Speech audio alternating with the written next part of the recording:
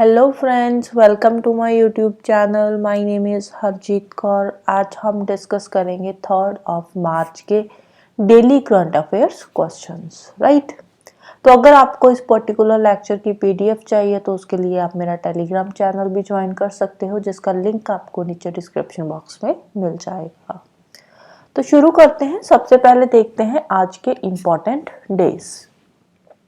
तो important days में सबसे पहले आता है वर्ल्ड हियरिंग डे।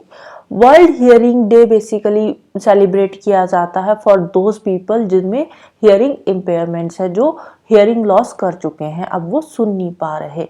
तो उन लोगों को भी एक्सेस है हियरिंग का, regardless of their financial conditions, right. तो उनके लिए जो वर्ल्ड हियरिंग डे है ये सेलिब्रेट किया जाता है।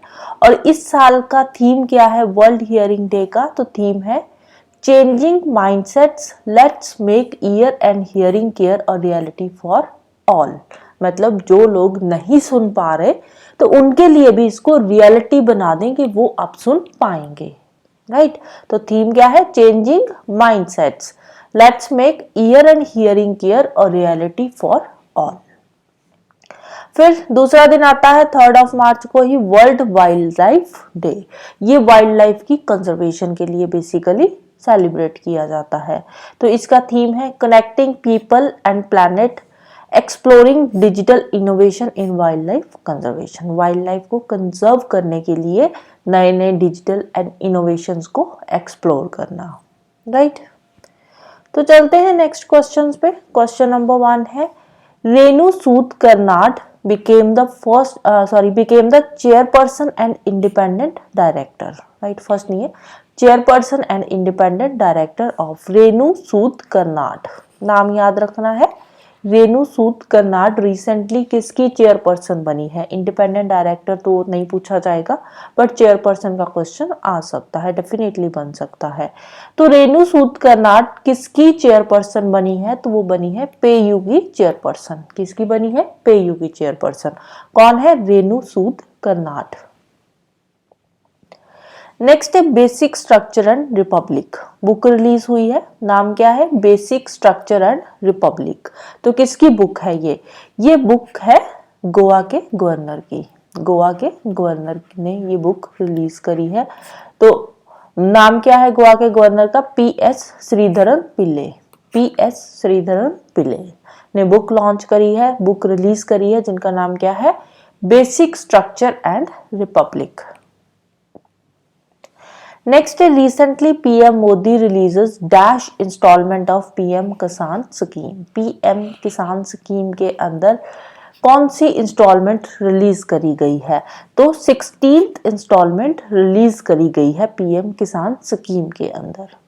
पीएम किसान स्कीम क्या है? पीएम किसान की फुल फॉर्म है प्रधानमंत्री किसान सम्मान निधि। प्रधानमंत्री किसान सम्मान निधि, राइट।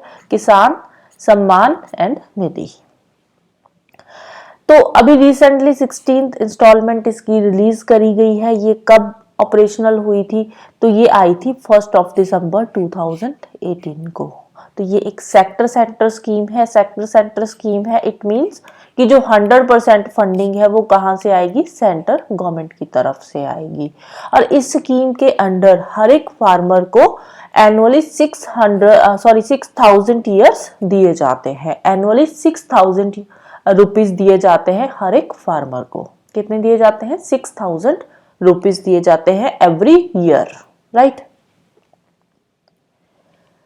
नेक्स्ट है Tawi festival is related to which state. Tawi festival कौन सी स्टेट का फेस्टिवल है? तो Tawi festival is related to Jammu and Kashmir. तो इस तरह के क्वेश्चन जो होते हैं ना कि कौन सा फेस्टिवल कौन सी स्टेट से रिलेटेड है, ये इंपॉर्टेंट हो जाते हैं। आर्ट एंड कल्चर के आजकल क्वेश्चन काफी पूछे जाते हैं, तो फेस्टिवल से क्वेश्चंस आने के चांसेस भी यहाँ पे ज्यादा है। तो तावी फेस्टिवल कौन सी स्टेट का फेस्टिवल है? तो आंसर आ जाएगा जम्मू एंड कश्मीर का। तो जम्मू एंड कश्मीर इसको होस्ट कर रहा है। मार्च 1 से लेकर मार्च 4 तक ये चलेगा Tawi festival, right. Annually celebrate किया जाता है on the banks of river Tawi. Tawi river पे इसको सेलिब्रेट किया जाता है, हर साल सेलिब्रेट किया जाता है, राइट। नेक्स्ट है Swayam plus platform is related to? Swayam plus. Swayam plus platform किसके लिए है? तो Swayam plus platform is related to education. Education से रिलेटेड ये प्लेटफॉर्म बनाया गया है। इसको लॉन्च किसने किया है? इसको लॉन्च किया है हमारे union minister of education and skill development and entrepreneurship Dharmendra Pradhan ji ने, राइट। तो इससे क्या बातें करी गई है? इसमें बोला गया है कि अब जो एजुकेशन है उसको और ज्यादा इनोवेटिव बनाया जाएगा, उसको इंडस्ट्री के साथ कोलैबोरेट किया जाएगा, राइट। ऐसे कोर्सेज लाए जाएंगे जो इंडस्ट्री के साथ कोलैबोरेटेड होंगे। तो होगा क्या, आजकल क्या होता है, मतलब यूजुअली जो हम पढ़ाई करते हैं, हम स्कूल में जाते हैं, जो भी पढ़ते हैं सब कुछ थ्योरी होता है, हम थ्योरेटिकली पढ़ते हैं, प्रैक्टिकल नॉलेज हमें ना के बराबर होती है, हम थ्योरी पढ़ते हैं। और जब हम जॉब के लिए जाते हैं किसी भी इंडस्ट्री में या किसी एमएनसी में, किसी भी कंपनी में, तो वो हमसे क्या मांगते हैं? एक्सपीरियंस, प्रैक्टिकल मांगते हैं कि आपने प्रैक्टिकली कुछ करके देखा है, लेकिन हमने पढ़ी होती है सिर्फ और सिर्फ थ्योरी।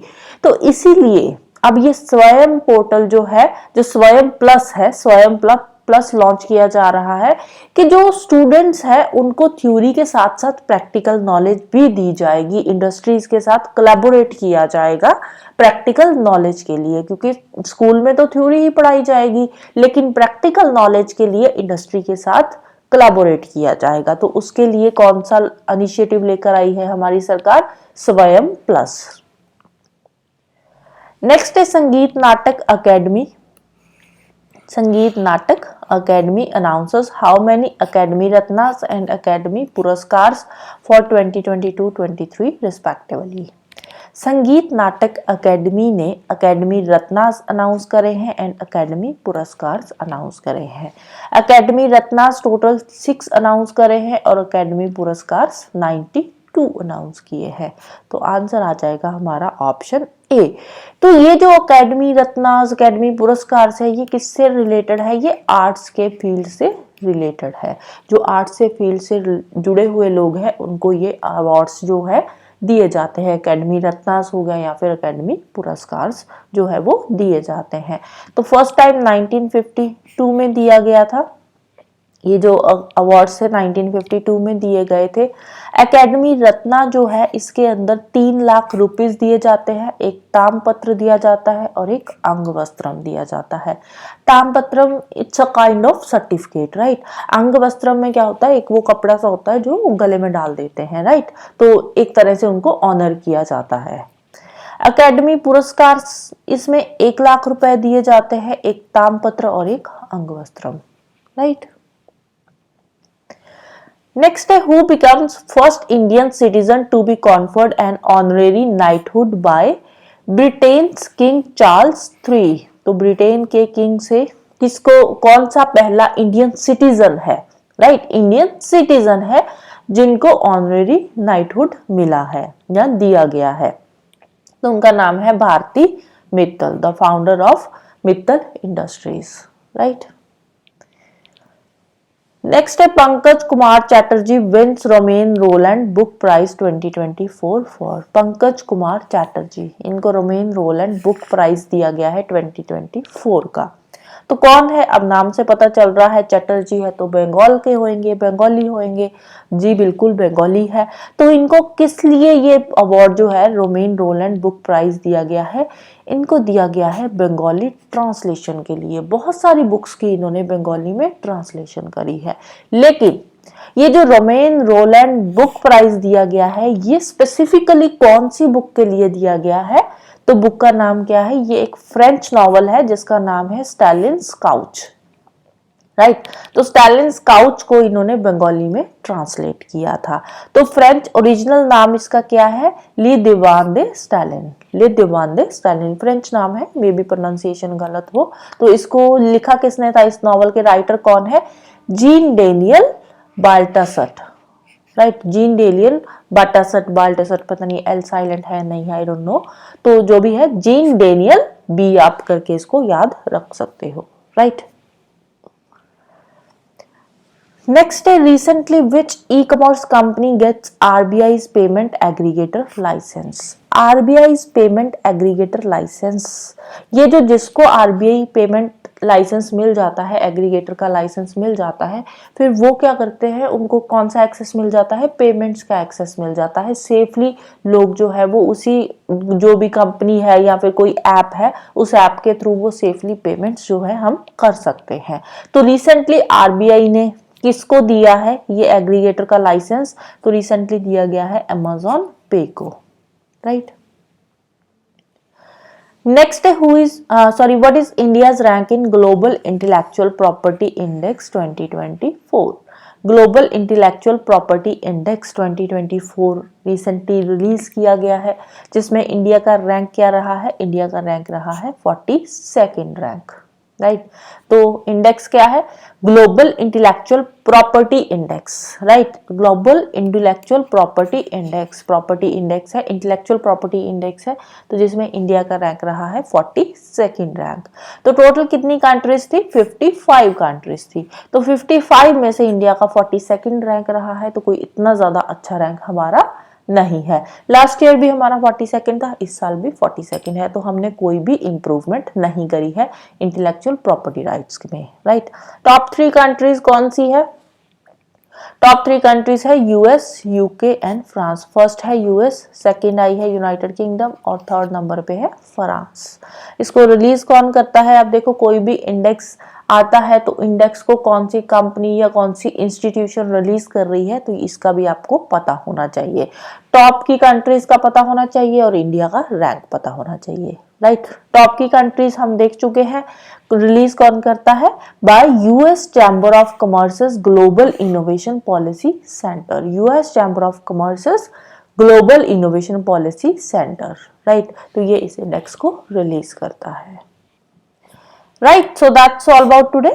जाने से पहले वीडियो को लाइक कर देना, शेयर कर देना और चैनल को सब्सक्राइब कर लेना। Thank you, bye bye, have a nice day.